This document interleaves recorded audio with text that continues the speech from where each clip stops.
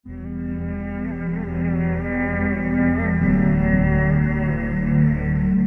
کر لیجئے، یہ کتابیں اگر آپ پڑھنا چاہیں تو کتاب الملاحم میں پڑھیے۔ بدترین عذاب عربوں پر آیا کھڑا ہے، سروں پر تنا ہوا ہے، بدترین ایسی جنگ ہونی ہے الملحمۃ العظمیٰ، جس کو کہ میں بھی آپ کے گواہی پیش کر دوں گا، جسے کہا گیا ہے دی لاسٹ کروسیڈ۔ بش نے بھی کروسیڈ کا لفظ بول دیا تھا، پھر واپس لیا اس نے۔ نکل جاتی ہے جس کے منہ سے سچی بات مستی میں، فقیہ مصلحت بین سے اور ہندے بادہ خار اچھا، کروسیڈ کہہ کر پھر واپس لیا۔ یہ کروسیڈ، اس کے اوپر جس قدر نقصان ہونا ہے عربوں کا، گریٹر اسرائیل بنے گا، یہ عراق، شام، اردن، سعودی عرب کا کچھ شمالی علاقہ، ترکی کا جنوبی علاقہ، مصر کا صحرائے سینا، اور اس کے ساتھ ہی جو بہترین اس کا زرخیز ترین علاقہ ڈیلٹا آف نائل، یہ سب یہودیوں کے قبضے میں جائے گا۔ اس کو حدیث میں کہا گیا الملحمۃ العظمیٰ۔ عیسائی 80 علم لے کر ہے مسلمانوں تم پر حملہ آور ہوں گے، اور ہر علم کے نیچے 12,000 فوج ہوگی، 9.5 لاکھ فوج۔ یہ نیٹو کی تیاری کس کے لیے ہو رہی ہے؟ جب یو ایس ایس آر کا خاتمہ ہوا تو پوچھا گیا تھا نیٹو چیف سے، اب کس لیے؟ تمہارا وہ دشمن تو ختم ہو گیا، اب ہمیں اسلامک فنڈامنٹلزم سے نمٹنا ہے۔ وہ جانتے ہیں خطرہ یہی ہے، اب اسلام ابھر سکتا ہے، مسلمانوں کے سینوں کے اندر وہ آگ ہے، اوپر خاکستر آ گیا ہے، تم پہ اٹھانا بیٹھنا، یہ اندر تو انگارہ ہے، اوپر سے راکھ ہے، اس سے دھوکہ نہ کھا جانا ان کے دلوں کے اندر۔ اور بش نے کہا تھا مسلمان چاہتے ہیں کہ ہسپانیہ سے لے کر انڈونیشیا تک نظام خلافت قائم کریں، اور میں حیران ہوا تھا کہ اس کمبخت کو ہسپانیہ کا خیال کیسے آ گیا؟ ہمیں تو کبھی آتا ہی نہیں، اب ہم تو بھول گئے، وہ تو 500 برس پرانی بات ہے جبکہ وہاں سے ہمیں نکال دیا گیا تھا۔ اگرچہ اقبال نے کہا تھا ہے ارض فلسطین پہ یہودی کا اگر حق، ہسپانیہ پر حق نہیں کیوں اہل عرب کا؟ ہسپانیہ میں تو 800 سال حکومت کی مسلمانوں نے، اور ابھی 500 برس ہی گزرے ہیں نا۔ یہودی تو ارض مقدس سے 2000 سال نکالے گئے، انہیں لا کے آباد کیا گیا، عربوں کے سینے میں خنجر بھونک دیا گیا۔ وہ چھوٹا سا ملک جو چاہتا کرتا، کوئی پوچھنے والا نہیں۔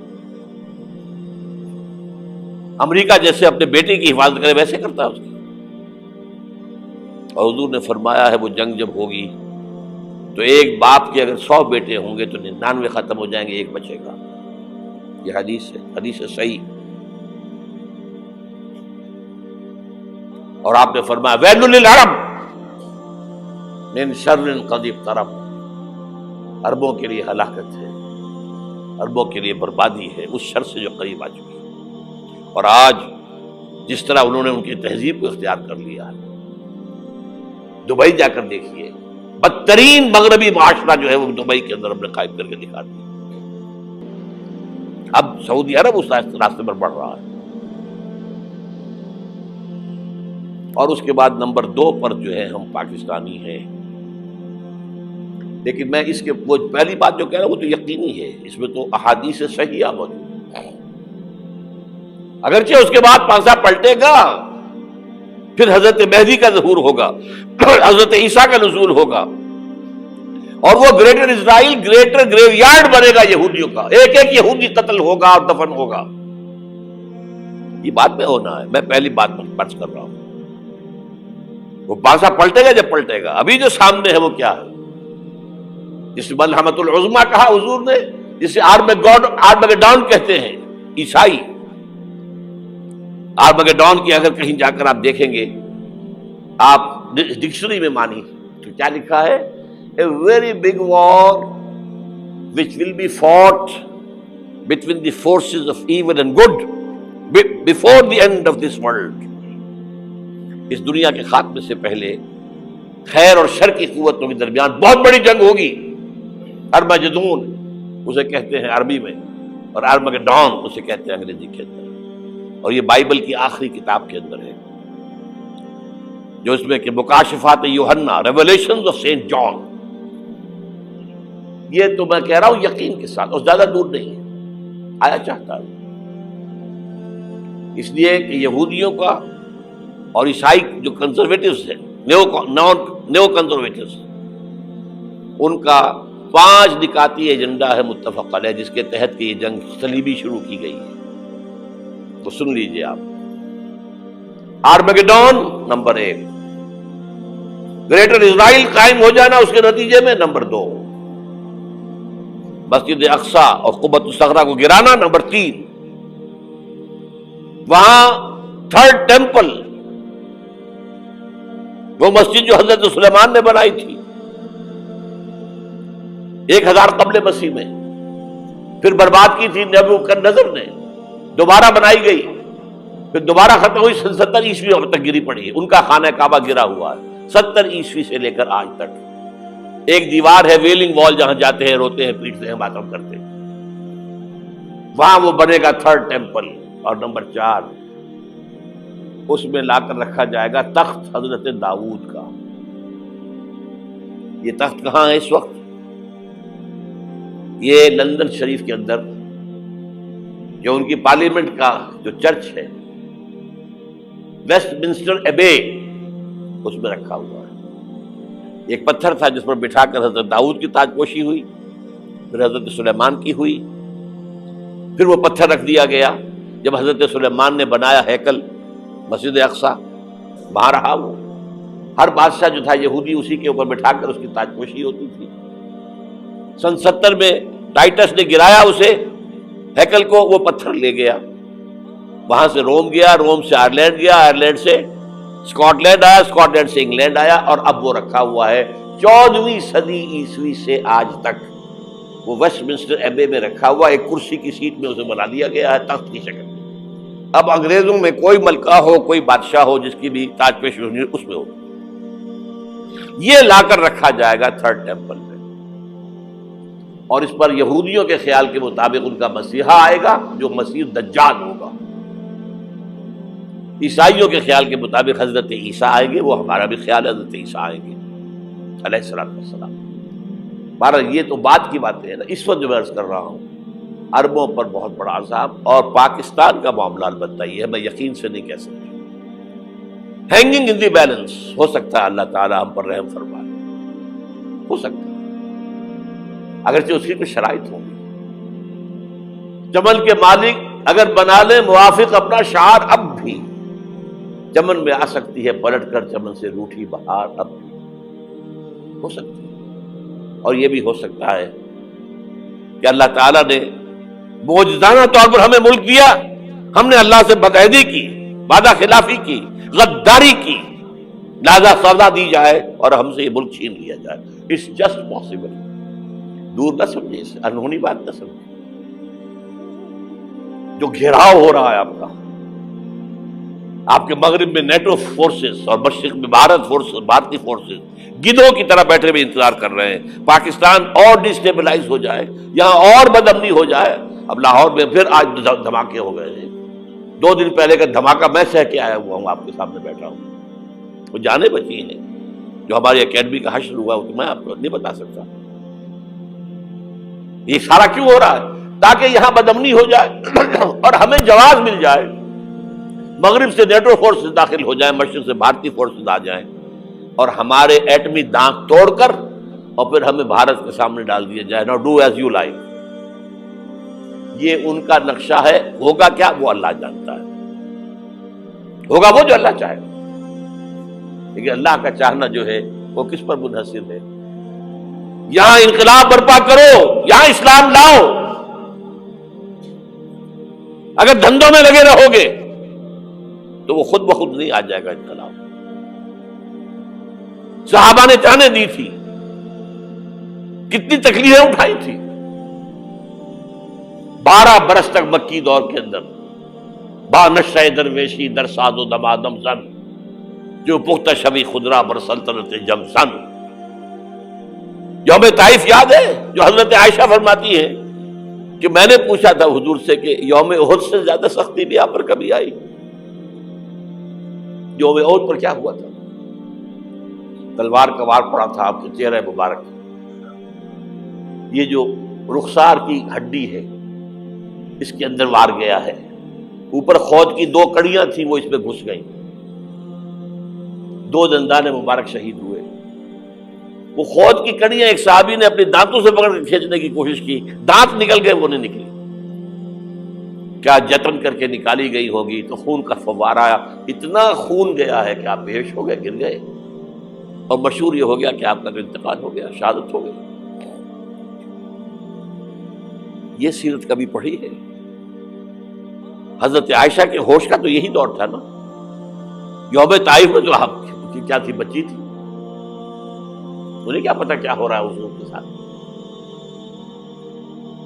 3 دن تک حضور مکے کی گلیاں اور وہاں کے اوباش لوگ پتھراؤ کر رہے گئے تھے اس امید میں کہ شاید وہاں کا کوئی سردار ایمان لے آئے، تو یہاں تو ابو طالب بھی فوت ہو گئے، یہی دنیاوی سہارا تھا، خاندانی سہارا تھا ابو طالب کے ذریعے، اور گھر میں ایک دلجوئی کرنے والی رفیقہ حیات تھی، وہ بھی، ان کا بھی انتقال ہو گیا۔ آپ نے کہا یہ عام الحزن ہے، اب تو سب کو طے ہو گیا قریش کو کہ اب جیسے قتل کر دو ان کو، اسی لیے آپ گئے طائف، شاید وہاں کا کوئی بڑا سردار مانے، ایمان لے آئے مجھ پر، تو میں اپنا مرکز ادھر شفٹ کر دوں۔ تینوں سے ملے ہیں، تینوں نے وہ جواب دیے ہیں، نکل جاؤ یہاں سے، میں تمہارے ساتھ بات بھی کرنے کو تیار نہیں۔ اچھا، تمہارے سوا کوئی نہیں ملا تھا اللہ کو نبی بنا کر بھیجنے کے لیے؟ دیکھو جاؤ، میں بات نہیں کرنا چاہتا، ہو سکتا ہے میں بے عزتی کر بیٹھوں، واقعی تم اللہ کے نبی ہو تو میں مارا جاؤں گا، جاؤ جاؤ جاؤ۔ یہ سلوک محبت کے ساتھ ہوا ہے۔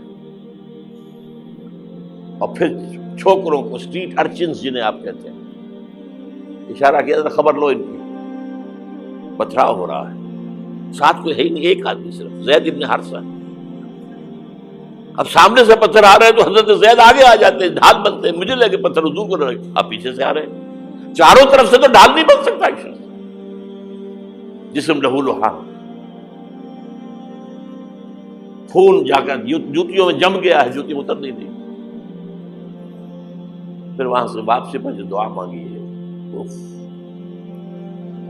اللہم الیک اشکو ضعف قوتی وقلت حیلتی وہوانی علی الناس، اے اللہ تیری جناب میں فریاد لے کر آیا ہوں اپنے قوت کی کمی کا، اپنے وسائل کی کمی کا، اور جو ذلت و خواری ہو رہی ہے لوگوں کے سامنے، الا ملتقننی، مجھے کس کے حوالے کر دیا ہے، الا بعیدی یتجہمنی، یہ میرے اوپر ہجوم کر کے آ جائے، حملہ کرے، اور عدو من لگتا امرے، یہ دشمن کے حوالے میرا معاملہ کیا، جو چاہے کر دے وہ۔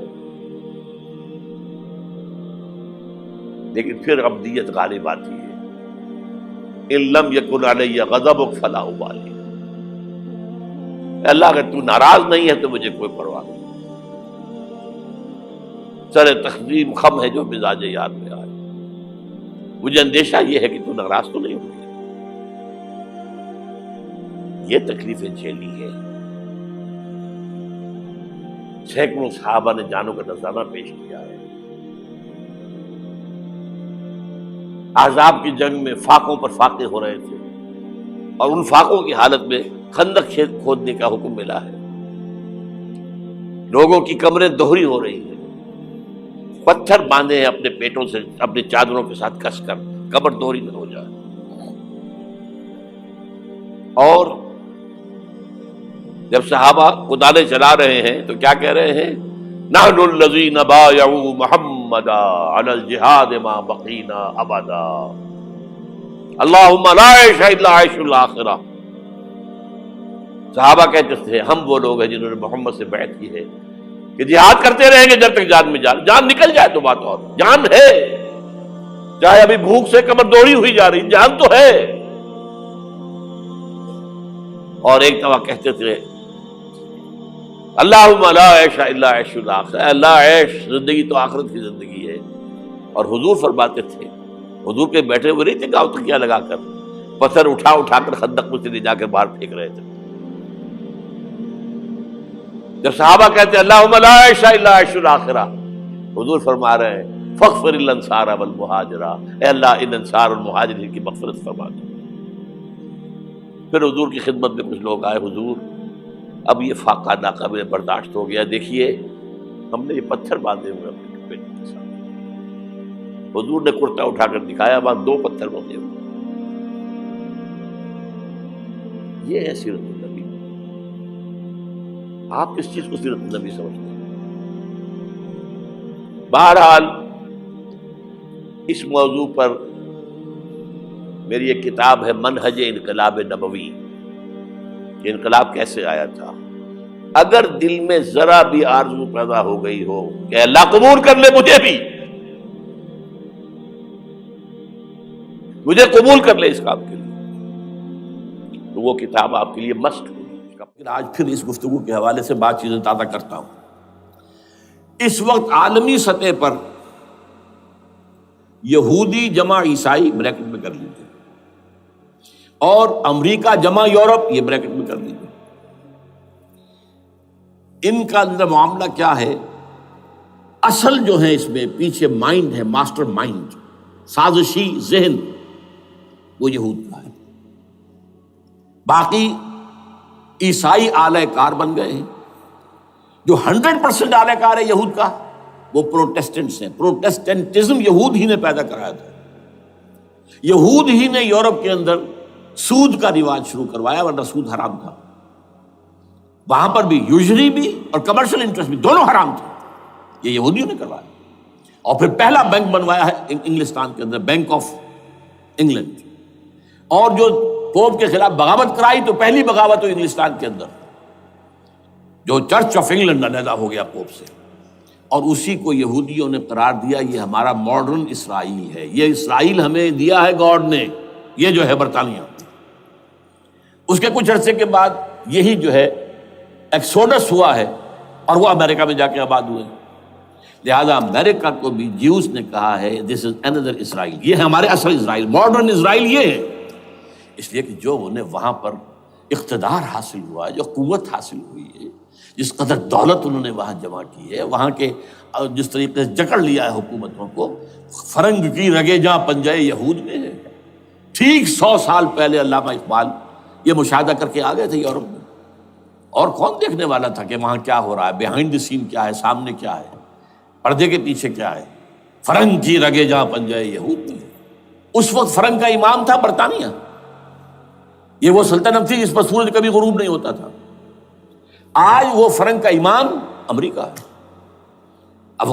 یہ برطانیہ تو اب وہ جو ایک نظم ہے کہیں بچپن میں پڑھی تھی، London bridge is going down going down going down, اس کی مثال ہے۔ برطانیہ کی تو کوئی حیثیت ہی نہیں، ورلڈ پاور کی حیثیت نہیں ہے، وہ تو چھوٹا بھائی اس نے بنا رکھا امریکہ نے اپنا، تو اس حیثیت سے جو ہے اس کی کوئی حیثیت ہے، ورنہ کوئی اور حیثیت نہیں۔ بہرحال ان دونوں میں یہ ہے کہ پیچھے ماسٹر مائنڈ، سازشی ذہن، پلاننگ، اسکیم ساری یہودیوں کی۔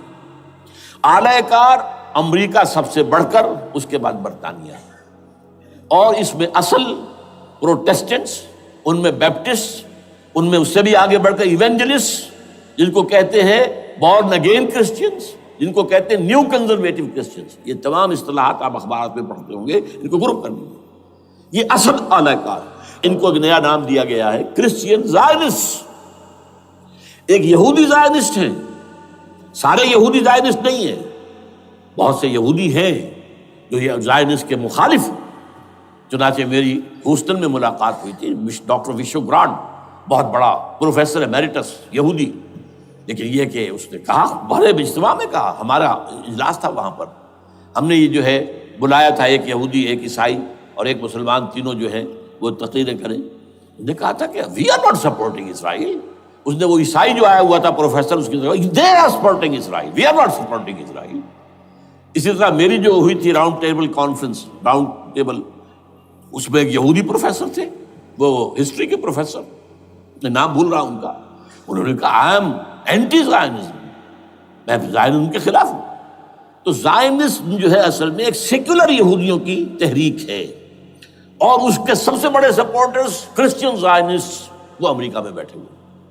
تو یہ ہے صورتحال یہ جان لیجئے کیتھولکس جو ہیں یہ اتنے پرو یہودی نہیں ہیں، اب رفتہ رفتہ وہ بھی اس کے اندر آ کر شامل ہو گئے۔ یورپ جو ہے زیادہ Catholics, Roman Catholics, Roman Catholics کا یہ بھی آپ نے جملہ پڑھ سنا ہوگا کہ یہ جو ترکی جو ہے ہمارا ملک، یہ جو کوشش کرتا رہتا ہے گھسنے کی یورپین یونین کے اندر، تو ایک دفعہ جان شراق نے کہا تھا، بڑا پیارا جملہ تھا، Why doesn't Turkey understand that we are a Christian club؟ یہ ہماری جو یونین ہے یورپین، یہ تو کرسچین کلب ہے، وہ مسلمان ہے، وہ کس وجہ سے آنا چاہتا ہے بندہ، کیوں تو خود داخل ہونا چاہتا ہے؟ Why doesn't Turkey understand that we are a Christian club؟ لیکن یہ ہے رومن کیتھولکس، اور ان کا میں بعد میں آپ کو بتاؤں گا۔ یہی آپ کو معلوم ہے کہ یورپ نے عام طور پر اسرائیل کا اتنا ساتھ نہیں دیا جتنا جو امریکہ دیتا رہا ہے، اور کسی درجے میں ان کے دلوں میں سافٹ کارنر جو ہے عرب فلسطینیوں کے لیے بھی رہا ہے۔ یہ معاملہ ایران کے بارے میں بھی رہا ہے، جس قدر اسٹرانگ ایکشن امریکہ لینا چاہتا ہے، یہ جو ہے اس کے ساتھ نہیں ہے۔ یہ دونوں سا فرق ہے، وہ میں اس کا ایک بنیاد بعد میں بتا دوں گا آپ کو۔ بہرحال ان کا ایک جو ایجنڈا ہے وہ دو، سمجھیے کہ دو اس کے نکات ہیں، دو رسیوں کے مانند یہ آپس میں بٹا ہوا ہے۔ پہلا، عالم اسلام کے مادی اور مالیاتی وسائل، خصوصاً تیل پر قبضہ، یہ ان کا دنیاوی اعتبار سے، دولت کے اعتبار سے، وسائل کے اعتبار سے اس وقت کا ایجنڈا ہے۔ ویسے تو اس سے اوپر وہ چاہتے ہیں پوری دنیا پر، وہ تو بات کی بات ہے، لیکن ابھی نہ وہ روس کو چھیڑ رہے ہیں نہ چین کو چھیڑ رہے ہیں۔ چین تو ان کا سب سے بڑا جو ہے بزنس پارٹنر ہے، سب سے بڑا، اور چین کو رفتہ رفتہ وہ اپنی لائن پر لا رہے ہیں۔ اب تو صرف یہ کہ وہ ایک پارٹی گورنمنٹ وہاں رہ گئی ہے جو کہ کمیونزم کے دور کی یادگار ہے، باقی ان کی جو اکانومی ہے وہ تو آ چکی ہے اسی رخ کے اوپر جو یورپ کی ہے، مغرب کی ہے۔ نمبر دو ایجنڈا کیا ہے؟ دنیا میں کہیں بھی اسلام کے بحیثیت ایک نظام زندگی ظاہر ہونے کا کوئی موقع نہیں دینا۔ We have to nip the evil in the bud at any cost۔ یہ ان کے ایجنڈے کا دوسرا بڑا حصہ۔ یہ دو ہے انٹرٹوائنڈ، جیسے آپ لڑیوں کو بٹ دے کر رسی بناتے ہیں، ایسے یہ دو لڑیے ہیں۔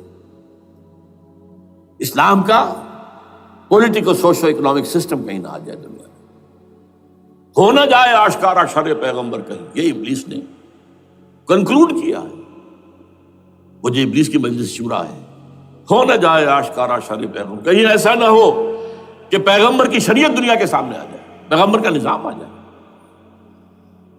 الحذر،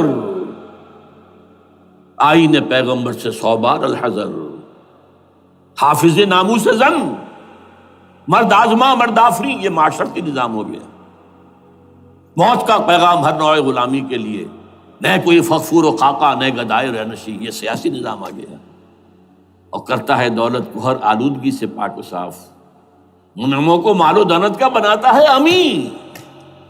تم دولت کے امین و مالک نہیں ہو، اور اس سے بڑھ کر اور کیا فکر و عمل کا انقلاب، بادشاہوں کی نہیں اللہ کی ہے یہ زمین، ان الارض للہ۔ یہ نظام کہیں نہ آ جائے دنیا، یہ ہے جس پہ کہ وہ خطرہ محسوس کر رہا تھا۔ اور اس کے بعد یہ کہتے ہیں، یہ تو تھا عصر حاضر کے تقاضے، لیکن یہ کہ صورتحال کیا ہے، ہو نہ جائے آشکارا شر پیغمبر کہیں، ہے یہی، یہ معاملہ اس طرح رکھو کہ خود مومن ہے محروم یقین، یہ غنیمت ہے کہ خود مومن ہے محروم یقین۔ ہمیں اگر کوئی سہارا ملتا ہے تو اس سے کہ مومنوں کو بھی، نام نہاد مسلمانوں کو بھی اپنے اس نظام پر یقین نہیں ہے۔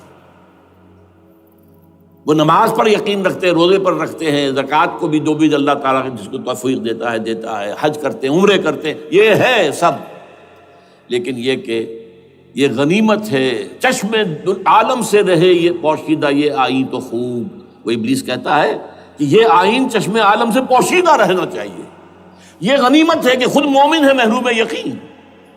ہمارے لیے جو ہے اگر کوئی سانس لینے کی جگہ ہے تو وہ یہ ہے، حوصلہ افزائی اگر ہے تو اس میں ہے کہ خود مومن محروم یقین ہے، اس کے سامنے وہ راستہ ہے ہی نہیں۔ اب لیجیے یہودیوں کے ایجنڈے کو میں تجزیہ کر رہا ہوں۔ سب سے پہلے world bank, IMF globalisation, TRIPS, ان تمام ہتھ کنڈوں کے ذریعے عالمی مالیاتی استعمار جو بظاہر امریکہ کا ہوگا حقیقتاً یہود کا ہوگا۔ یہودیوں کے نزدیک پوری نوع انسانی حیوانوں کے مانند ہے۔ They are not human beings. They are goyams. They are Gentiles.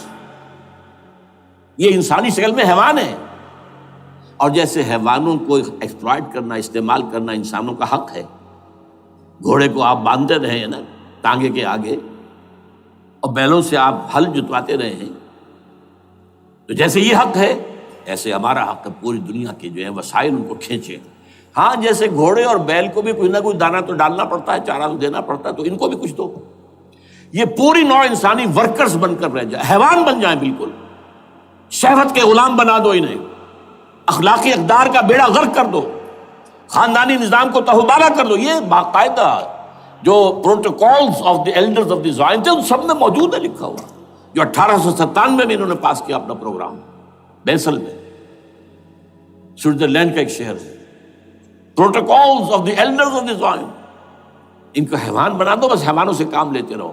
ہاں ان کی کمائی کا کچھ حصہ ان کے لیے چھوڑ دو، وہ بھی زندہ رہیں، وہ بھی آخر کام کیسے کریں گے، اور اصل جو ہے ملائی کھینچ دو اپنے اس نظام کے ذریعے سے۔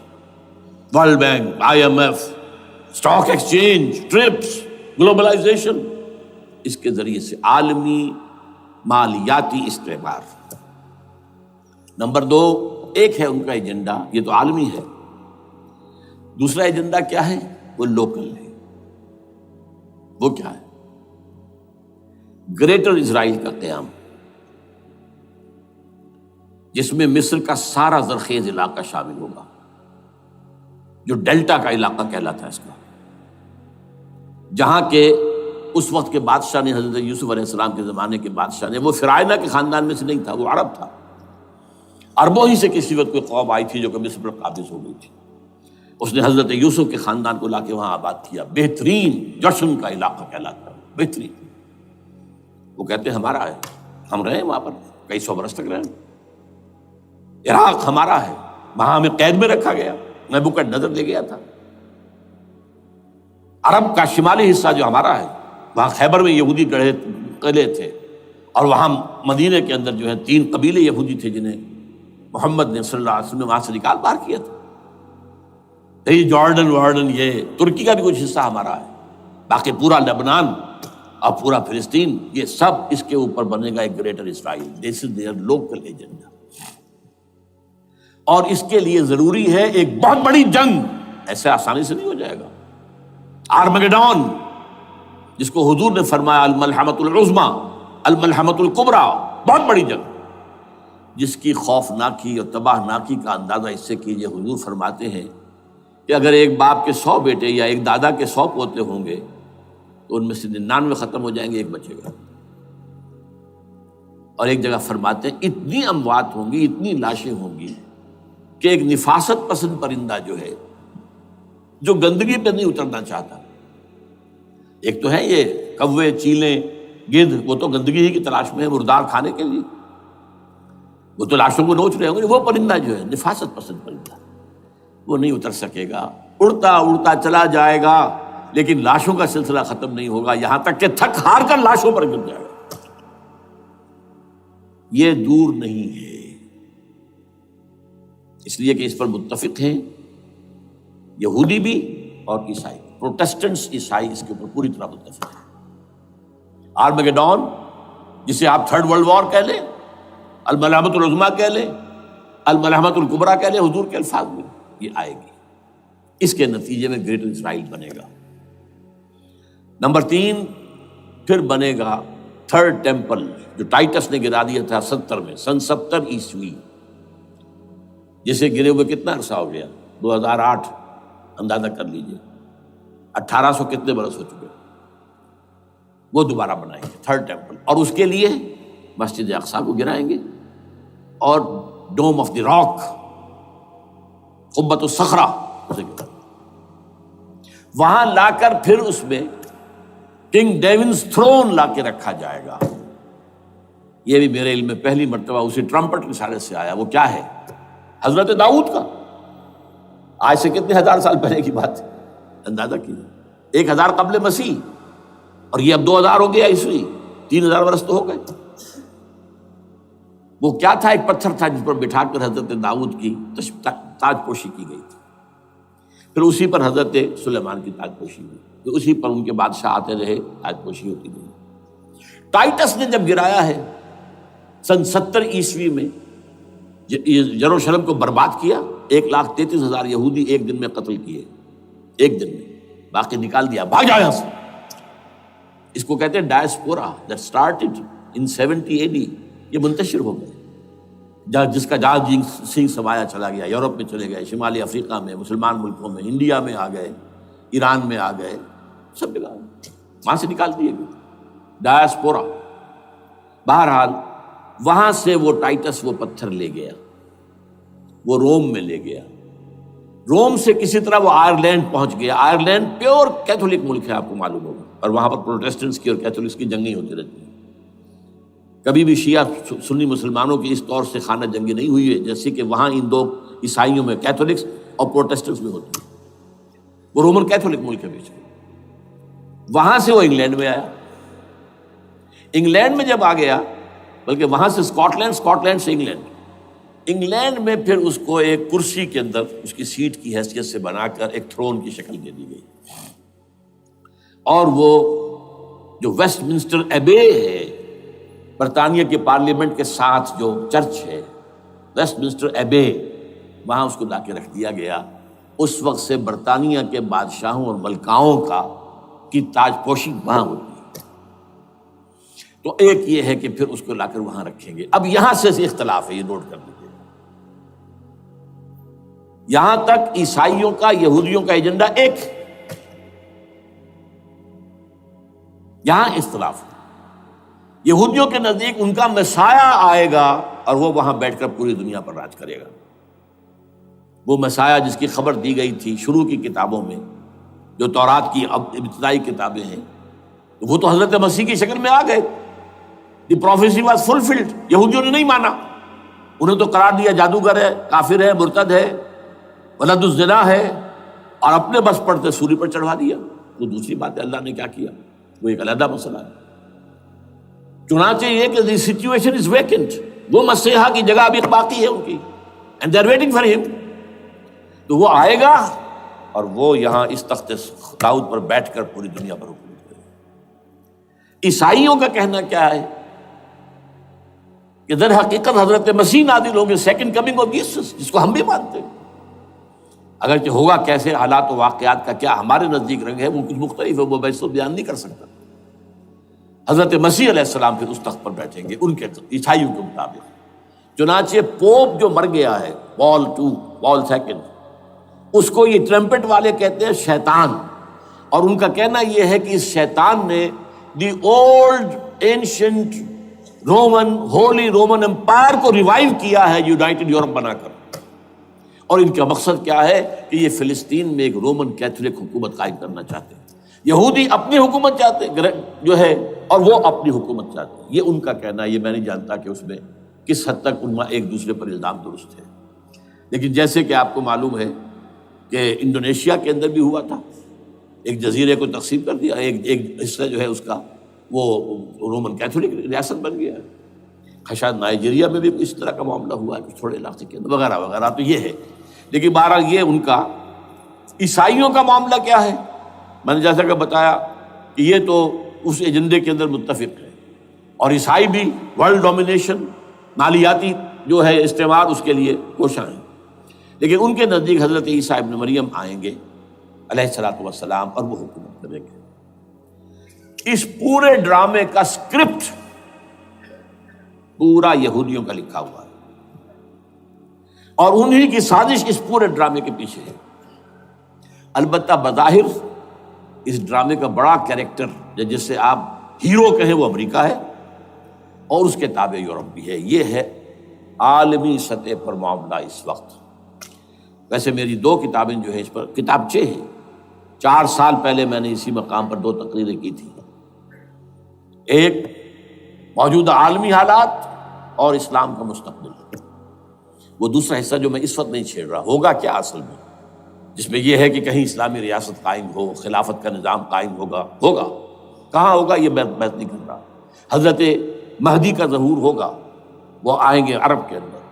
پھر یہ ہے کہ وہ جو گریٹر اسرائیل کے خلاف جہاد ہوگا، اور اللہ کرے گا کہ رفتہ رفتہ یہ ممالک جو ان سے لے لیے جائیں گے، یہاں تک کہ بالآخر ایک یہودی اعلان کر دے گا میں ہوں مسیح، جس کو کہ عیسائی بھی کہتے ہیں اینٹی کرائسٹ، اور یہ کہتے ہیں یہ بیپٹسٹ بھی کہ اینٹی کرائسٹ جو ہے وہ یہودی ہوگا، جبکہ کچھ عرصے پہلے بہت بڑا پروپیگنڈا ہوا تھا کہ اینٹی کرائسٹ جو ہے، دجال جو ہے وہ تو مسلمان ہوگا، نہیں، لیکن وہ کہتے ہیں کہ ہوگا یہودی ہوگا، اور پھر اس یہودی کو قتل کریں گے حضرت مسیح، دی ریئل مسیح، اصل مسیح جو اٹھا لیے گئے درمیان میں، وہ آئیں گے، اور ان کے ہاتھوں دجال بھی قتل ہوگا، اور پھر مسلمانوں کے ہاتھوں ایک ایک یہودی ختم ہوگا۔ پھر ایک عالمی اسلامی ریاست قائم ہوگی حضرت مسیح کے ہاتھوں، اور وہاں پر حضرت مسیح، ایک حدیث میں آتا ہے 40 برس تک پوری دنیا پر حکومت کرے گی۔ بہرحال یہ دوسرا پکچر ہے جو ہمارے سامنے، میں اس وقت کی تفصیل میں نہیں جا رہا، جو ان کے سامنے پکچر ہے وہ میں نے آپ کو بیان کر دیا۔ اب اس میں تجزیہ کیجئے افغانستان پر حملے کا اصل سبب، جو میں نے دو بتایا نا، دو لڑیاں ہیں ان کے ایجنڈے کی، ایک اسلام کہیں ظاہر نہ ہو جائے، اسلام کا نظام ظاہر نہ ہو جائے، اور ایک مسلمانوں کے مالیاتی خاص طور پر تیل کے وسائل پر قبضہ۔ اب افغانستان میں کیا ہوا ہے، یہ سارا معاملہ تھا اسلام کا راستہ روکنے کے لیے، کہ یہاں تو اسلام ایک شکل دکھا رہا ہے اپنی، اور اگر انہیں موقع مل گیا تو یہ تو ایک ایسی ویلفیئر اسٹیٹ قائم کر دیں گے، زکوٰۃ کا نظام قائم ہو جائے گا تو اعلیٰ ترین ویلفیئر اسٹیٹ قائم ہو جائے گی، اور اگر یہاں پر جو ہے یہ ساری سزائیں نافذ ہو گئی، معاشرہ کرائم فری ہو جائے گا، لوگوں میں محبت ہوگی، مساوات ہوگی، اور یہ کہ عام لوگوں کے لیے ویلفیئر ہوگا، اور یہ سامنے نظام آ گیا تو پھر ہمارا یہ نظام کیپٹلزم یہ کہاں رہے گا، اس کو تو منہ چھپانے کی جگہ نہیں ملے گی۔ لہذا افغانستان پر حملے کا اصل موٹو یہ ہے۔ البتہ یہ ساتھ ہی یہ بھی تھا کہ افغانستان کے راستے سے سینٹرل ایشین سٹیٹس جو ہیں ان سے پائپ لائنیں لا کر، اور وہ پھر کہیں گوادر کے آس پاس سمندر تک لائے جائے، تاکہ ہم وہاں کے جو ہے ڈرین کر سکیں جو تیل اور گیس کے ذخائر ہیں سینٹرل ایشین سٹیٹس کے اندر، جو مسلمان سٹیٹس ہیں، تو اس کے لیے راستہ جو ہے وہ لینا چاہتے تھے افغانستان سے۔ اب وہ جہاں تک افغانستان کا تعلق ہو تو ان کے قبضے میں ہے، جب چاہیں کر لیں۔ اب پاکستان کا معاملہ جو تھا وہ جیسا کہ میں نے کہا کہ اس کا راستہ وہ رک گیا، جبکہ انہیں واپس جانا پڑ گیا، لیکن انہوں نے افغانستان میں کوشش کی۔ طالبان کے زمانے میں یونیکول جو ہے ان کی سب سے بڑی جو ہے کمپنی ہے، اس نے مذاکرات کیے، وہ دیکھ کر حیران رہ گئے کہ یہ ان پڑھ، یہ ملے ملاٹے جو ہیں یہ تو بڑے ٹف بارگینر ہیں۔ اس طریقے سے پاؤں جما کر طالبان نے جو ان کے ساتھ مذاکرات کیے ہیں اور ان سے اپنی شرطیں پیش کی ہیں کہ وہ گھبرا کر بھاگ گئے۔ یہ صورتحال بھی تھی افغانستان پر قبضہ کرنے میں، لیکن یہ ہے کہ اصل کیا تھا کہ وہ اسلام کی کوئی شکل دنیا کے سامنے نہ آنے پائے، جو ان کا میجر ہے۔ اسی لیے پورا عالم کفر جمع ہے، امریکہ، یورپ، روس، چین، سب جمع ہے، بھارت تو ہے ہی ہے، یہ سب جمع ہے۔ آپ نے یاد ہو گیا جب لال مسجد کا حادثہ ہوا ہے اور ہمارا یہ بدبخت اور بدمعاش انسان، اس نے صرف خود جان بوجھ کر اسے بڑھایا، ایک پھنسی کو پھوڑا بنایا، اس میں پھر شگاف دیا اور شاباش لی ہے۔ امریکہ سے شاباش آ گئی، نیٹو سے شاباش آ گئی، رشیا سے شاباش آ گئی، چائنا سے شاباش آ گئی۔ وہ چونکہ محسوس کر رہا تھا کہ اندرون ملک تو میری اب کشتی ڈگمگا رہی ہے، ڈاواڈول ہے، I have to have more support from outside, اور for that I have to do it۔ کہ دیکھو میرے عین قلب میں پاکستان کے یہ پھوڑا نکل آیا تھا، یہ بنیاد پرستی کا اور یہ شدت پسندی کا اور یہ تنگ نظری کا اور یہ فلاں کا، یہ دہشت گردی کا، اور میں نے دیکھو کیسے اس میں چیرا دیا ہے، کتنے لوگوں کو ختم کر دیا ہے۔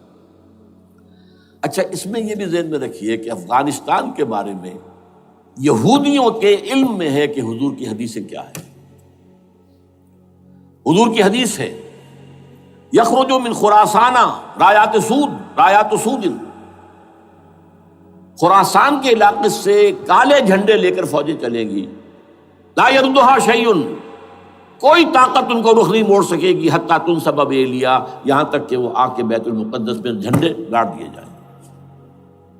دے نو اٹ، یہ جان لیجیے یہ لوگ پڑھے لکھے لوگ ہیں۔ میں آپ کو ایک واقعہ سناتا ہوں۔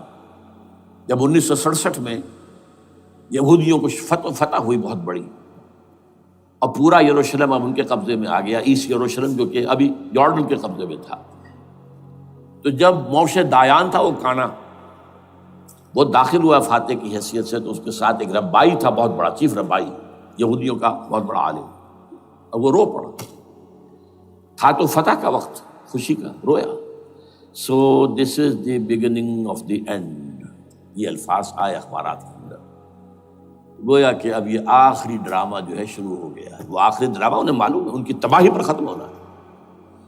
اس میں حضرت مسیح کے نزول کے بعد یہ ٹرمپٹ والا بھی لکھتا ہے کہ 80% یہودی قتل ہو جائیں گے، اور میں سمجھتا ہوں کہ 20% اگر صحیح ہے اس کی بات، تو وہ ہوں گے جو اب حضرت مسیح پر ایمان لے آئیں گے، باقی 80% اپنے اس کفر پر اڑے رہیں گے اور قتل ہوں گے۔ اسی طرح حضور کی ایک حدیث ہے کہ جب یہودیوں کا قتل عام ہو رہا ہوگا، اگر مسلمان قتل کریں گے، تو اگر کسی درخت کے پیچھے یہودی چھپا ہوگا تو درخت پکارے گا، اے مسلمان، یا عبداللہ آؤ ادھر، یہ میرے پیچھے یہودی چھپا ہوا، قتل کرو اسے۔ کسی پتھر کے پیچھے چھپے گا تو پتھر بولے گا، سوائے ایک درخت غرقد کے، کہ غرقد یہودیوں کا درخت ہے، وہ پناہ دے گا۔ اور آج اسرائیل میں سب سے بڑی پلانٹیشن غرقد کی ہے، دے نو اٹ۔ اسی لیے افغانستان، خراسان، یہ افغانستان کا ہارٹ ہے افغانستان۔ اور یہ بھی جان لیجئے ہمارا جو مالاکنڈ سے اوپر کا علاقہ ہے یہ بھی خراسان کا حصہ ہے، اولڈ خراسان، جیسے گریٹر خراسان کہا جاتا ہے ہسٹری میں۔ ایک میں نے ایرانی سے پوچھا تھا اس کے بارے میں، تو اس نے کہا خراسان ہمارا ایک صوبہ ہے۔ میں نے کہا وہ تو مجھے معلوم ہے، جس کا دارالخلافہ مشہد ہے اور یہ ان کا مقدس شہر ہے، وہ تو اسے مکے کی طرح سمجھتے ہیں۔ بہرحال میں نے کہا میں پوچھ رہا ہوں پرانا خراسان بزرگ، تو خراسان بزرگ کا انہوں نے بتایا پورا افغانستان اس میں شامل، اور پھر یہ اسٹیٹس جو ہیں سینٹرل ایشین اسٹیٹس، اور ایران کا ایک حصہ اور پاکستان کا ایک حصہ، یہ جو مالاکنڈ کہلاتا ہے۔ اور یہ بڑی معنی خیز بات ہے کہ وہیں مالاکنڈ سے تحریک چلی ہے، جو اصل تحریک ہے طالبان پاکستان، وہ سوات سے چلی ہے۔ بہرحال اس وجہ سے، اس پہلو سے یہ جو ہے افغانستان پر حملے کا سب سے بڑا سبب وہ تھا۔ دوسرا جو تھا وہ یہ کہ ان کو جو پائپ لائن لے کے آنی تھی اس کے لیے، لیکن وہ ظاہر بات ہے کہ اس میں جو ہے جو طالبان نے وہ ان کی چکمے میں نہیں آئے۔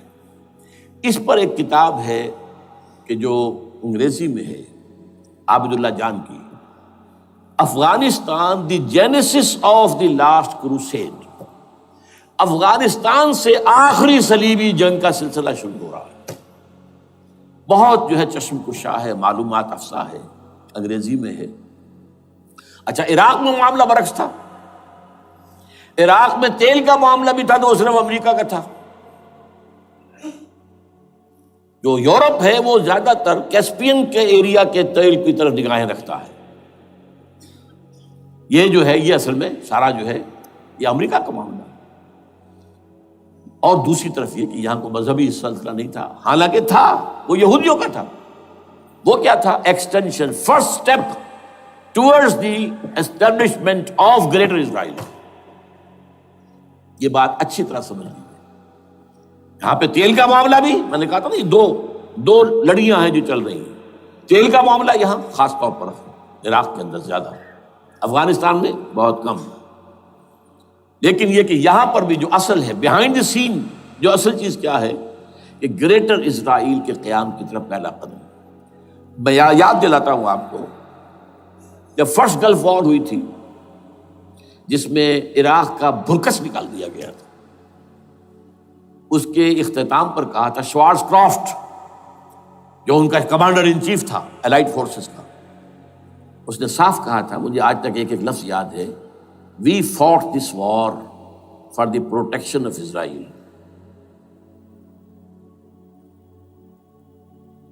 اور اب جو ابھی ہوا معاملہ، جب صدام گرا ہے، اس کا مجسمہ بھی گرا ہے، تو اس کے بعد وہ شخص وہ بدبخت، وہ خبیث جو ابھی پڑا ہوا کومے میں، شیرون نے کہا تھا ان قریب عراق پر ہماری حکومت ہوگی، اور اس سے پہلے تو ہم صرف عراق میں سے یوفریٹس تک کا علاقہ مانگتے تھے، دریائے فرات تک کا، اب ہمارا مطالبہ یہ ہے کہ ہم تو در حقیقت دجلہ تک جائیں گے، دجلہ، تاکہ پورا کا پورا جو فرٹائل جو دو آبا ہے دجلہ اور فرات کے درمیان کا بہترین علاقہ، وہ سارا ہمارے پاس۔ اس سے آپ اندازہ کر لیجئے کہ یہ دونوں چیزیں جو ہیں دونوں جگہ موجود ہیں۔ وہاں مذہبی زیادہ ہے افغانستان کا، لہذا یہاں بہت بڑی جو ہے کولیشن بن گئی۔ عراق میں تو وہ کولیشن نہیں بن سکی، یورپ بھی ساتھ نہیں آیا، امریکہ had to go it alone, اسے کرنا پڑا ہے۔ زیادہ سے زیادہ کوئی ٹوکن، آسٹریلیا کا کوئی ٹوکن معاملہ جو ہے وہ برطانیہ کا کچھ شاید ٹوکن ٹائپ جو ہے، وہی یہ کامن ویلتھ پرانی جو ہے چلی آ رہی ہے، اس میں شاید کینیڈا کا، باقی تو کوئی نہیں۔ یہ جو آل ورلڈ کولیشن بنی تھی وہ افغانستان کے خلاف کیوں ہے؟ یہاں سے اسلام کی ریسرجنس کا اندیشہ ہے۔ یخرج من خراسان رایات سود لا یردها شیء حتی تنصب بایلیا۔ حضور کے زمانے میں ایلیا جو ہے وہ کن کے قبضے میں تھا؟ عیسائیوں کے۔ اس کے بعد ہمارے قبضے میں آیا، لیکن پھر کروسیڈرز نے ہم سے لے لیا تھا، اور 88 برس وہ عیسائیوں کے پاس رہا، 1099 عیسوی سے لے کر 1187 تک۔ اب پھر یہود کا قبضہ ہے، پہلے عیسائیوں کا تھا، اب یہود کا ہے۔ اب ان سے لینا واپس، پہلی مرتبہ بھی عرب نہیں لے سکے تھے، کھونے والے عرب تھے، واپس لینے والا کرد تھا، صلاح الدین ایوبی رحمۃ اللہ علیہ۔ اب بھی کھونے والے عرب ہیں، مصر اور شام اور اردن، تینوں کا مقابلہ کیا اس نے، اسرائیل نے، اور قبضہ کیا پورے ویسٹ بینک پر، گولان ہائٹس پر، سینائی پیننسولا پر، اور یہ کھو دیا ہم نے اپنے ہاتھ سے۔ اور اب بھی عربوں میں تو کوئی دم نہیں ہے، کوئی جان نہیں ہے، ان کو عیاشیوں نے، دولت مندی نے بالکل تباہ و برباد اور کھوکھلا کر کے رکھ دیا۔ بہرحال یہ جو چیزیں میں نے آپ کو بتائی ہیں، یہ تو وہ پلانز ہیں جو سب شیاطین جن و انس کے پروگرام ہیں۔ وہ جیسے کہ کبھی کہا تھا خمینی صاحب نے، شیطان بزرگ، دی گریٹسٹ شیطن، امریکہ، اصل میں امریکہ، اور اس کے پیچھے حقیقت میں یہود، سامنے امریکہ، پیچھے یہود۔ بالفعل کیا ہوگا یہ تو پھر اللہ ہی جانتا ہے کیا ہوگا۔ وَمَكَرُوا وَمَكَرَ اللَّهُ، کافر اپنی چالیں چلتے ہیں، اللہ اپنی چال چلتا ہے۔ اور سَنَسْتَدْرِجُهُم مِّنْ حَيْثُ لَا يَعْلَمُونَ وَأُمْلِي لَهُمْ إِنَّ كَيْدِي مَتِينٌ۔ اے نبی آپ گھبرائیں نہیں، ہم ان کافروں کو رفتہ رفتہ وہاں سے لے آئیں گے جہاں سے آپ کو بھی انہیں احساس تک نہیں ہوگا کہ یہ تو گرفت میں آ رہے ہیں، ٹریپ ہو رہے ہیں، اور ابھی ذرا میں انہیں ڈھیل دے رہا ہوں۔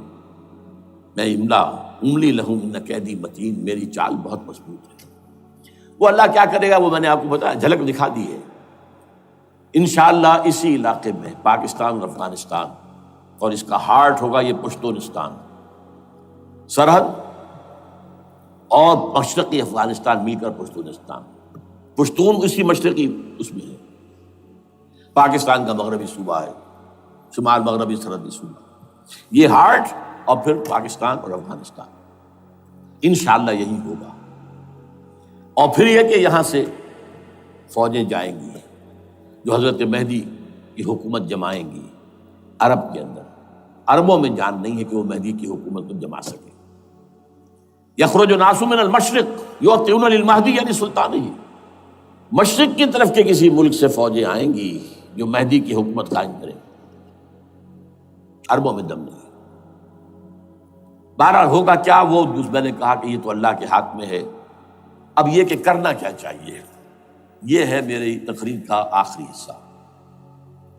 دیکھیے ذوالفقار مرزا نے جو کچھ کہا اور سید قائم علی شاہ نے، میں خوشائند سمجھتا ہوں کہ طالبانائزیشن اور ہے، اسلامائزیشن اور ہے، ٹھیک ہے، تیری آواز مکے اور مدینے۔ طالبانائزیشن کے اندر کچھ بغیر تعلیم یافتہ، کچھ جذباتی، اس طرح کے لوگ بھی ہیں جن میں انتہا پسندی بھی ہے، جیسے کہ میں پہلے بیان کر چکا ہوں، افغانستان میں ہوا ہے، افغانستان کے اندر بھی رفتہ رفتہ وہ اپنی چیزوں سے نکل رہے تھے، نکل جاتے ہیں، لیکن موقع نہیں دیا گیا، نب دی ایول ان دی بڈ ختم کر دیا گیا۔ اسی طرح ہمارے سرحدی صوبے میں جیسا کہ میں بتایا 3 قوتیں برسرکار ہیں، who knows it، کون کیا ہے۔ لیکن بہرحال یہ کہ پہلی بات یہ، اسلام اور پاکستان لازم و ملزوم ہیں۔ یہاں اسلام آئے گا تو یہ ملک رہے گا، نہیں آئے گا تو ختم ہو جائے گا، اس میں کوئی شک نہیں۔ میری 2 کتابیں پڑھ لیجیے اگر اللہ توفیق دے، ہمت دے، اسلام اور پاکستان، یہ سن 67-68 کی تحریریں میری ہیں۔ جینیسس آف پاکستان کیا تھا، how Pakistan came into existence. پھر یہ کہ میں نے استحکام پاکستان کے نام سے سن 85 کے اندر کتاب لکھی ہے، یہ دونوں کتابیں پڑھی ہیں۔ پاکستان کا کوئی جواز نہیں اگر یہاں اسلام نہ آئے، اور واقعتاً ہم جواز کھو چکے ہیں، یہ تو اللہ تعالیٰ ہمیں مہلت دے رہا ہے۔ لیکن اب یہ سمجھ لیجئے، یہ اللہ تعالیٰ کی طرف سے ایک خاص مہلت ہے، اور شاید آخری مہلت ہے جو ہمیں مل رہی ہے۔ یہاں اسلامائزیشن نہ ہوا تو یہ ملک نہیں رہے گا۔ میں یہاں آپ کو ایک شعر سنا دوں، ہے تو ایک ایسی شخصیت کا جو کچھ کنٹروورشل بھی ہو گئی، بعد میں بدنام بھی ہو گئی۔ ایک زمانے میں جماعت اسلامی کے بڑے مخلص کارکن تھے وہ، مولانا کوثر نیازی۔ انہوں نے ایک بڑا تلخ شعر کہا تھا، اسلام کو اگر تیری فضا راس نہ آئے، اے میرے وطن تجھ کو کوئی آگ لگائے۔ ہمیں اسلام چاہیے، اور اسلام نہیں آئے گا تو یہ ملک نہیں رہے گا۔ کوئی زرداری، کوئی نواز شریف اس ملک کی بقا کی ضمانت نہیں دے سکتا۔ اس کی بقا ہے اگر تو اسلامائزیشن نہیں ہے۔ 61 سال کی ہماری بے وفائی اللہ کے ساتھ کیے ہوئے وعدے کی، اس کا ایک عذاب ادنا ہم جھیل چکے ہیں۔ 71 یاد کی، سن 71 پاکستان 2 لخت، 93,000 مسلمان پاکستانی بھارت کی قید میں بھیڑوں بکریوں کی طرح ہانک کر لے جائے گئے، ٹرکوں میں بھر بھر کر، جیسے کہ ڈیرہ غازی خان سے بھیڑیں بکریاں آتی ہیں لاہور میں ذبح ہونے کے لیے، کنسنٹریشن کیمپس میں۔ ہمارے ٹائیگر نامی جرنیل نے پیش کیا اپنا ریوالور، کتنے لوگ مارے گئے، کتنا فساد ہوا، مسلمان کے ہاتھوں مسلمانوں کا خون کتنا ہوا۔ یہ اللہ کا ایک خاص عذاب ہوتا ہے۔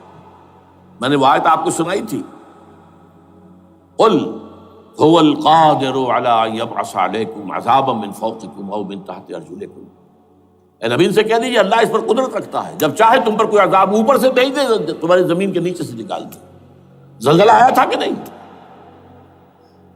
او یلبسکم شیعا، ایک تیسری شکل بھی ہے، نہ اللہ آسمان کو کوئی تکلیف دے نہ زمین کو، زمین پھٹے گی تو آدمی جائے گا نا اندر، بلکہ تمہیں گروہوں میں تقسیم کر کے، او یلبسکم شیعا فیذیق بعضکم بعض بعض، تو ایک دوسرے کی قوت کا ایک دوسرے کو مزہ چکھائے، تم خود ایک دوسرے کے گلے کاٹو۔ ہمیں کسی اور قوم کو تکلیف دینے کی ضرورت نہیں ہوگی، یہ کام ہمارے ساتھ ہو چکا ہے 1971 میں۔ بہرحال اب اس کے بعد بھی تاخیر تو ہماری جو کی تو ہے، اب ہم اس جگہ پر پہنچ گئے کہ شاید اب عذاب الاکبر آنے والا ہے۔ وہ آیت بھی میں نے شروع میں پڑھی تھی، وَلَنُذِيقَنَّهُم مِّنَ الْعَذَابِ الْأَدْنَىٰ دُونَ الْعَذَابِ الْأَكْبَرِ لَعَلَّهُمْ يَرْجِعُونَ۔ چھوٹا عذاب آیا سن 71 میں پاکستان، بہرحال مغربی پاکستان تو برقرار رہا، اس کا نام بھی پاکستان رہا۔ اب شاید بڑا عذاب آ رہا ہو، بلکنائزیشن جس کے نقشے جو ہیں دنیا میں شائع کیے جا چکے ہیں۔ اور اس اسلامائزیشن کے لیے جو میں کہہ رہا ہوں کہ اس کے بغیر یہاں پاکستان نہیں رہے گا، اس کے لیے اس کی جو دستوری، تدریجی، قانونی، پرامن اگر راستہ اختیار نہ کیا گیا تو ملیٹنسی بڑھے گی، یہ رکنے والی نہیں ہے۔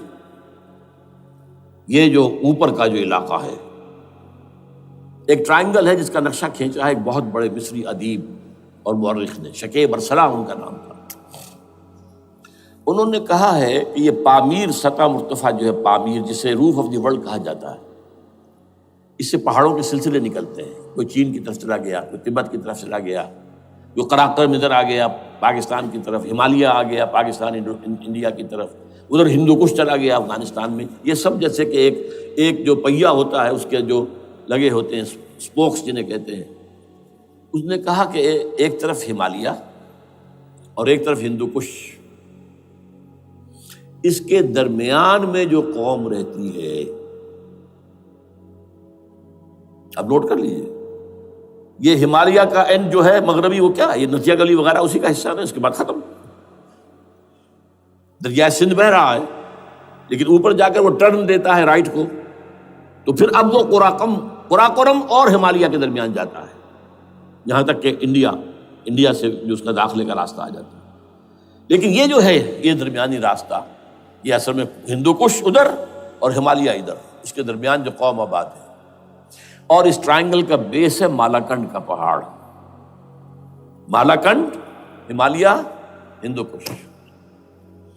اس ٹرائنگل میں جو قوم آباد ہے، شکیب ارسلان کہتا ہے اگر پوری دنیا میں اسلام کی نبضیں ڈوب جائیں تب بھی یہاں کے لوگوں میں اسلام کی نبض چلتی رہے گی. یہ وہ علاقہ ہے جہاں سے پاکستان کے طالبان کا آغاز ہوا، جہاں سے پرامن تحریک چلی تھی، اس کا راستہ روک دیا گیا. اب وہ شدت پسندی پر آ گئے، اور یہ شدت پسندی بڑھے گی اگر آپ نے تشدد سے روکا. اگر امریکہ کے چمچے بنے رہے، اگر امریکی ایجنڈے ہی کو پورا کرتے رہے اور اپنے لوگوں کو مارتے رہے، تو جواب میں گرک چراغ حقیقت کو گل کیا تم نے تو موج دودھ سے 100 آفتاب ابھریں گے. یہ اب جو آ رہے ہیں، کہاں سے آ رہے ہیں آپ کے یہ خودکش حملہ آور؟ یہ وہی ان لوگوں کے رشتہ دار ہیں نا جو امریکی بمبارڈمنٹ میں مارے گئے ہیں. کتنے ہیں جن کے بچے ختم ہو گئے، بیٹے مر گئے. یہ جو ہمارے ہاں ایک کمانڈوز کے کیمپ کے اوپر جو حملہ ہوا تھا اور خودکش بمبار، جس سے کہ شاید 18-19 بہترین آپ کے کمانڈوز ختم ہوئے تھے، وہ کون تھا؟ وہ خود کمانڈو تھا. اندر کوئی اور تو جا ہی نہیں سکتا تھا، یہ کمانڈوز کا کیمپ تھا اور اس کے میس میں لوگ کوئی جا سکے. وہ خود کمانڈو تھا. اس کی بیٹی لال مسجد کے اندر جلی تھی. اب آپ اندازہ کیجئے کہ اس کے دل میں جو کھول رہا تھا اس کا جذبہ، اس نے اس کو ٹھنڈا کیا خود جان دے کر. تو یہ جان لیجیے، ادھر باجوڑ میں حملہ ہوا تھا، ادھر جو ہماری ملٹری پریڈ کے اوپر حملہ ہو گیا. تو یہ بات رکے گی نہیں. اور یہ ظاہر بات ہے کہ اب شمال سے لے کر نیچے تک کی بات ہے. وہاں پر بھی میں نے شروع بھی کہا تھا یہ خطرہ حقیقی ہے، غیر حقیقی نہیں ہے، وہمی اور خیالی نہیں ہے. اس لیے کہ اب جو اس علاقے سے جا رہے ہیں ہجرت کر کے کراچی، وہی ان کی جگہ ہے، وہیں پر ان کے رشتہ دار ہیں، محسود ہیں، وزیری فلاں ہے، یہ ہے وہ ہے، وہاں وہ جا رہے ہیں. اور وہاں پر بھی ظاہر بات ہے کہ جو کچھ ہو رہا ہے افغانستان میں اور جو کچھ ہو رہا ہے شمال سرحدی صوبے میں، اس کا ایک تسلسل ہوگا. میں یہاں یہ عرض کر دوں آپ سے کہ تقریباً 4 سال قبل، بلکہ 4.5 سال، میں انتہائی مایوسی کو پہنچ چکا تھا کہ پاکستان کا وجود باقی نہیں رہے گا. میں نے یہی تقریر کی ہے 29 فروری سن 2004 کو اسی جگہ. پاکستان جواز کھو چکا. یہ اسلام کے نام پر تھا. ویئر از اسلام؟ جو اسلام یہاں وہ تو بھارت میں بھی ہے، وہ تو امریکہ میں بھی ہے. وہ کہاں ہے اسلام کا سیاسی نظام، اسلام کا تعزیراتی نظام، اسلام کا کرمنل لا، اسلام کا سول لا، اسلام کے فیملی لاز کہاں بنائے تھے اس شخص نے جو فیلڈ مارشل بنا تھا، خود ساختہ، جو اس نے قوانین بنائے تھے. تمام علماء نے کہا تھا، تمام مکتبہ فکر کہ غلط ہے. تحریک کوئی نہیں اٹھائی، یہ ان کی غلطی تھی، کوتاہی تھی. جمہوریت کی تحریک میں شامل ہو گئے، اس پر کوئی تحریک نہیں چلائی. بہرحال وہ نظام کہاں ہے؟ وہ نظام تو قائم نہیں کیا. اس حوالے سے یہ اپنا جواز کھو چکا ہے. نو ریشنل ریزون دیت جسے کہتے ہیں فرینچ کے اندر، ریزون دیت کسی چیز کی ریزن، ریشنل آف ایگزسٹنس. اس کے بعد یہ ہے کہ پچھلے سال سے کچھ مایوسی میں کمی ہوئی. Number 1، chief justice of Pakistan Iftikhar Muhammad Chaudhry کے اندر ہمت اللہ نے دی، وہ کھڑا ہو گیا۔ جرنیلوں کے جمگھٹے کے اندر ایک سویلین آدمی جو ہے جس درجے کا مرعوب ہو سکتا ہے، آپ اس کا اندازہ کر لیجیے۔ اور اس کے بعد اسپونٹینیس موومنٹ وہ کلا ہے، انہومی شے، سوچ نہیں سکتے ہم۔ یہ موومنٹ جو ہے یہ کوئی اسٹریٹ ارچنز کی چلائی ہوئی نہیں ہے، یہ ہمارے ہاں کے گاموں ماجوں کی نہیں ہے، بلکہ یہ تو پڑھے لکھے لوگ، وکیل، کالے کوٹ، کالی ٹائیاں، پینٹ، یہ جو سختیاں جھیلی ہیں انہوں نے، ابھی تک وہ تحریک چل رہی ہے۔ اگر اس سے ظاہر بات ہے وقت گزرنے کے ساتھ ساتھ اس کی وہ تیزی اور تندی میں تو کمی آئی، اور حکومت کو موقع ملا ان کے اندر کوئی رفت پیدا کرنے کا بھی۔ لیکن بہرحال ان دونوں چیزوں سے میری مایوسی میں قدرے کمی ہوئی۔ اب دوسری بات وہ تھی 18 فروری کے الیکشن کا پرامن طور پر منعقد ہو جانا۔ میں یہ سمجھتا تھا کہ جو اس کے اندر دخل اندازی ہے، ریگنگ ہو گئی ہوگی، کیسے ممکن ہے پاکستان میں الیکشن ہو اور ریگنگ نہ ہو؟ پھر تحریک چلے ہی چلے، کیونکہ تحریک تو چل رہی ہے پہلے سے، صرف اس کے اوپر تیل اور ڈالنا ہے نا، اور پھر بدامنی ہوئی ہو، اور پھر دونوں طرف گدھ بیٹھے ہوئے ہیں، the NATO forces in the west, Indian forces on the east, they will march into Pakistan، اور پاکستان کے ایٹمی دانت توڑ کر Pakistan will be put at the mercy of India، Bharat. Now do whatever you like۔ Condoleezza Rice کا میں آپ کو بیان سنا چکا ہوں، پاکستان کے مستقبل کا فیصلہ امریکہ اور بھارت بھی کرتا۔ بہرحال اب تیسری جو امید ہوئی ہے، یہ کل پرسوں میں جو ہوئی ہے، کولیشن جو ہے یہ ناکام ہوتی نظر آ رہی تھی، لیکن یہ کہ صدر کے مواخذے پر یا صدر کے خلاف جو ایک کارروائی ہو رہی ہے، اللہ کرے کہ وہ پوری ہو جائے، یا اس سے بھی بہتر ہے کہ وہ خود ہی استعفیٰ دے کر دفع ہو جائے۔ بہرحال یہ کہ اس سے بھی کچھ امید کا پہلو جو ہے پیدا ہوتا ہے۔ اب یہاں اسلامائزیشن کا پرامن، تدریجی اور اسلام اور دستوری اور قانونی طریقہ کیا ہے؟ وہ طریقہ کیا ہے؟ 1949 اور 50 میں جو عمل شروع ہوا تھا، جو اس کے بعد سے آج تک جو ہے ختم ہو گیا، اس کو اثر دور شروع کیا جائے۔ دوڑ پیچھے کی طرف اے گردش ایام کی۔ 49 میں کیا ہوا تھا؟ قرارداد مقاصد۔ وہ گویا کہ پاکستان میں نظام خلافت کی جڑ تھی جو رکھ دی گئی تھی کہ sovereignty belongs to Allah and whatever authority we have, it's a sacred امانت۔ یہ تو اصل میں استعمال کی جائے گی یہ قوت کتاب و سنت کے دائرے کے اندر this is خلافہ، in essence it is خلافہ۔ خلافت کی بنیاد رکھ دی گئی۔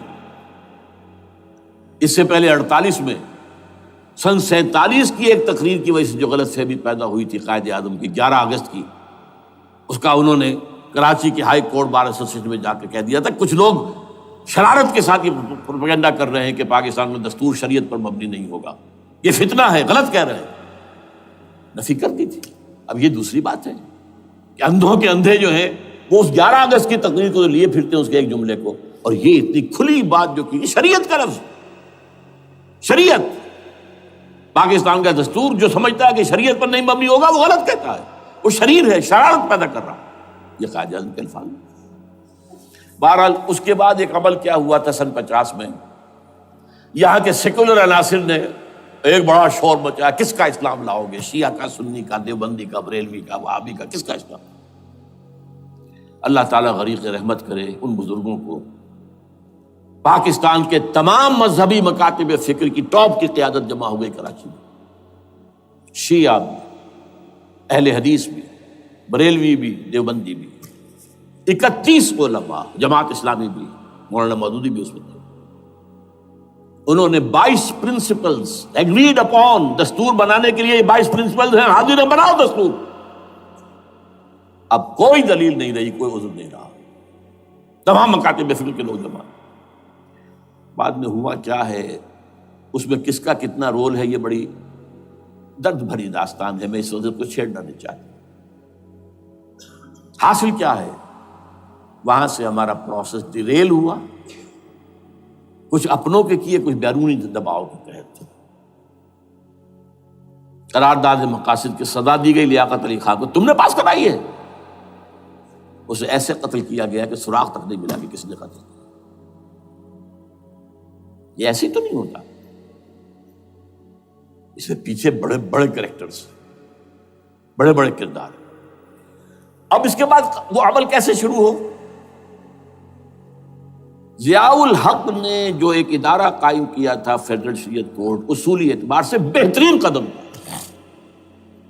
وہ کیا تھا؟ یہ شریعت کورٹ ہے، اس میں کوئی شخص لائے پیٹیشن کہ پاکستان کا فلاں قانون جو ہے میں ثابت کرتا ہوں کتاب و سنت کے منافی ہے، یا کورٹ سو موٹے لے لے کسی بھی معاملے کو، ایگزسٹنگ جو قوانین ہیں ان کا جائزہ لے کہ اس میں یہ پورا قانون یا اس کی یہ شق جو ہے یہ خلاف شریعت ہے، اس پر آرگومنٹ ہو، دونوں طرف کے دلائل ہوں، علماء بھی آئیں، وکلاء بھی آئیں، بحث کریں۔ شریعت کورٹ کا تو میدان ہوتا کھلا۔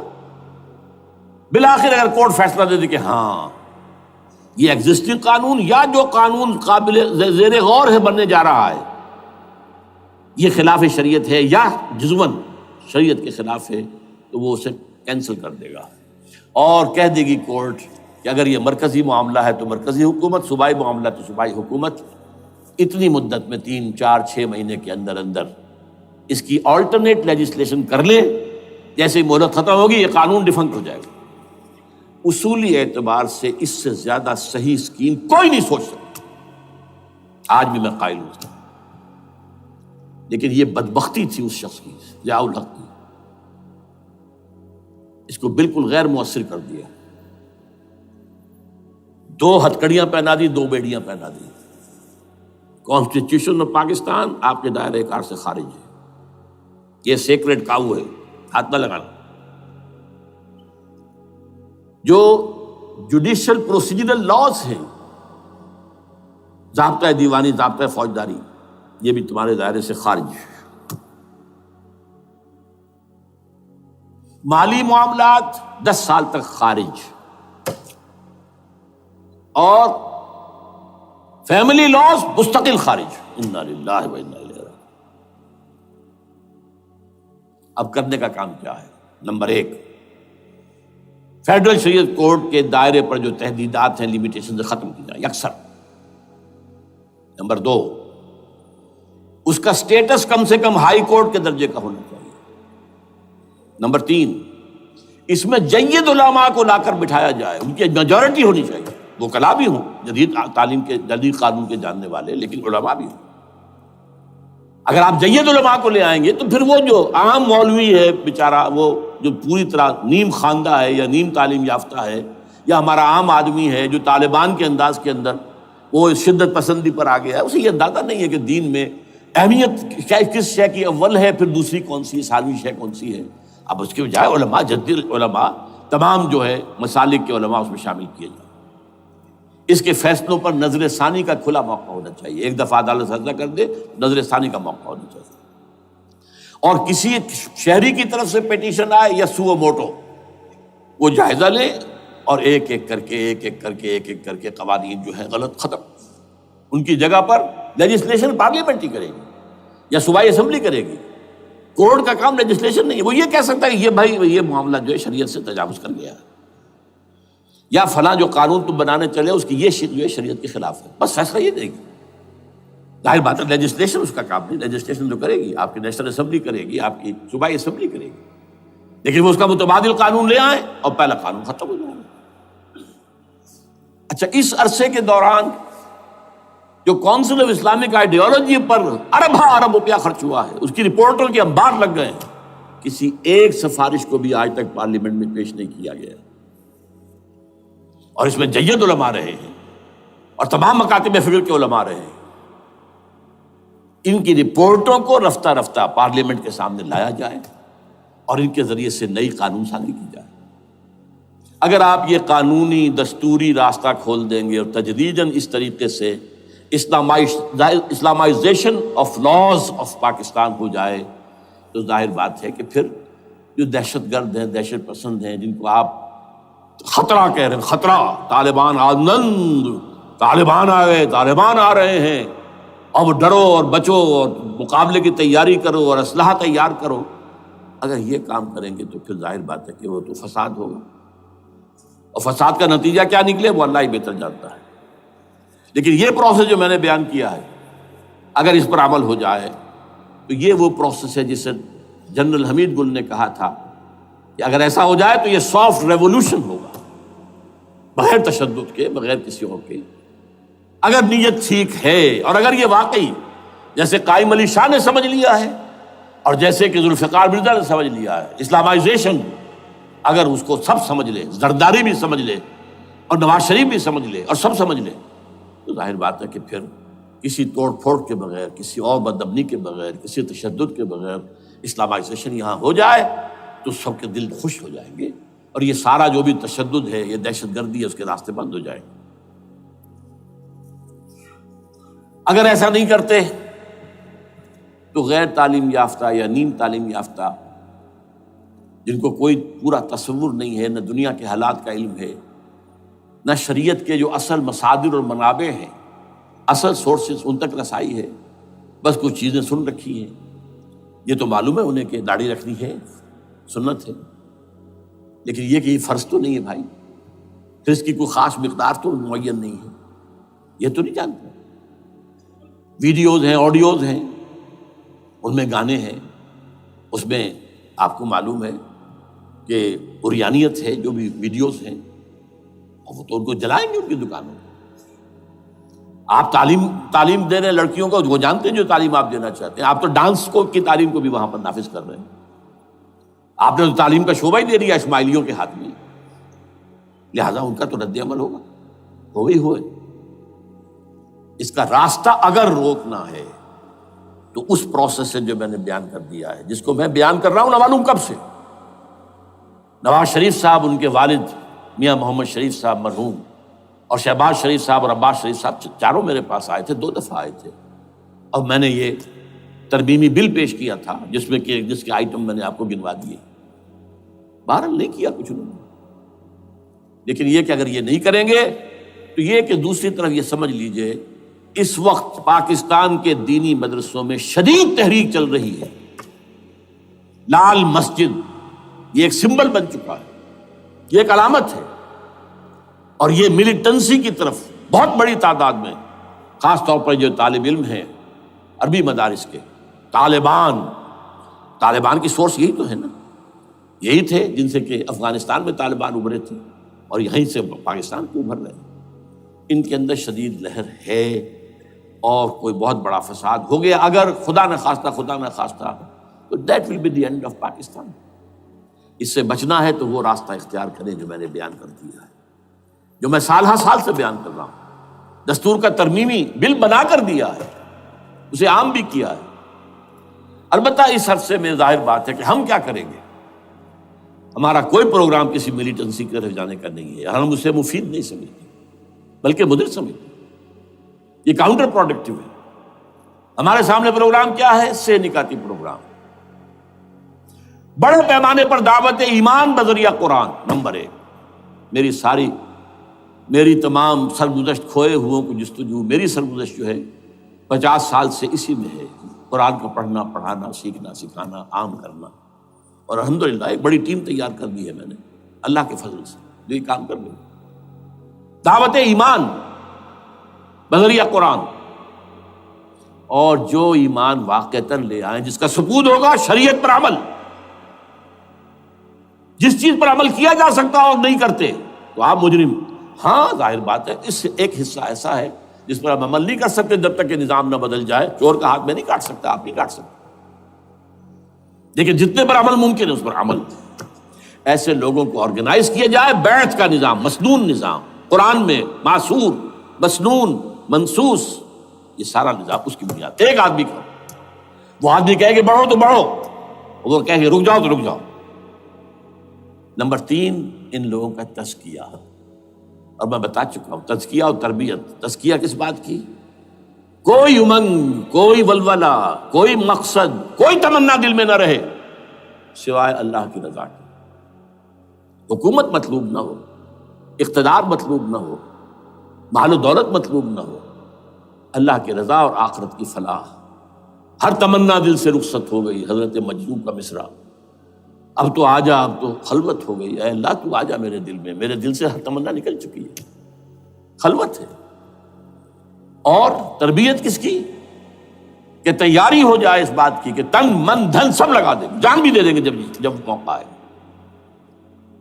چوتھا کیا کہ جب تک یہ تعداد کافی نہ ہو، یہ نہیں ہے کہ 150 آدمی لے کر کسی ایک جگہ پر کسی لال مسجد کو ہم مرکز بنا کر بیٹھ جائیں، نعرہ لگا دیں گے، ملک گیر جماعت، اور وہ بھی معتدل تعداد پہ، وہ جب تک نہیں ہوتی تو ہم یہی 3 کام کریں گے، دعوت ایمان بذریعہ قرآن، تنظیم بذریعہ بیعت، مسنون بیعت، تزکیہ اور تربیت کرتے رہیں گے۔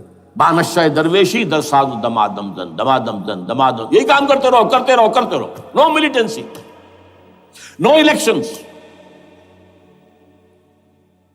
لیکن جب تعداد کافی ہو گئی تو ایک منظم اور پرامن مطالباتی اور احتجاجی تحریک، توڑ پھوڑ نہیں، گھراؤ جلاؤ نہیں، جیسے گاندھی نے شروع کی تھی، نمک بناؤ تحریک، سول ڈس اوبیڈینس، لیکن کسی نے کوئی توڑ پھوڑ نہیں کی تھی۔ اپنے سر ان کے پھوٹے ہیں، بڑے سے بڑے لیڈروں کے، مولانا ابوالکلام آزاد اور پنڈت جواہر لال نہرو کے سر پھٹے ہیں، ہزارہ لوگ جیلوں میں گئے ہیں، انہوں نے کسی کو کچھ نہیں کہا۔ اسی کا نقشہ ایرانیوں نے دکھایا، 20,000 سے لے کر 30,000 تک جانیں دے دی، ہتھیار نہیں اٹھائے، اس لیے کہ ہتھیار بھی استعمال کرو گے تو اوپر جو حکومتیں ہیں ان کے پاس تو بے تحاشا فوج ہے، ان کے پاس ٹینک ہے، ان کے پاس ہوائی جہاز ہیں، ہیلی کاپٹرز ہیں، گن سے بھرے ہیلی کاپٹرز ہیں، کیا نہیں ہے۔ پرامن منظم مطالباتی اور احتجاجی تحریک۔ اللہ کرے کہ ہمیں اس کے لیے جو مہلت درکار ہے وہ مل جائے۔ ہمیں معلوم نہیں کہ کہیں وہ مہلت ختم ہی نہ ہو رہی ہو، لیکن اگر ہم آخری سانس تک اس کام میں لگے رہیں گے تو انشاءاللہ اللہ تعالیٰ کے ہاں ہم معذور قرار پائیں گے۔ اللہ تعالیٰ جو ہے ہمیں درگزر ہم سے فرمائے گا کہ جو کچھ میں کر سکتا تھا اللہ میں کرتا رہا، آخری دم تک کرتا رہا۔ اگر یہ ہے تو اپنی تو کامیابی ہے، باقی کیا ہوتا ہے۔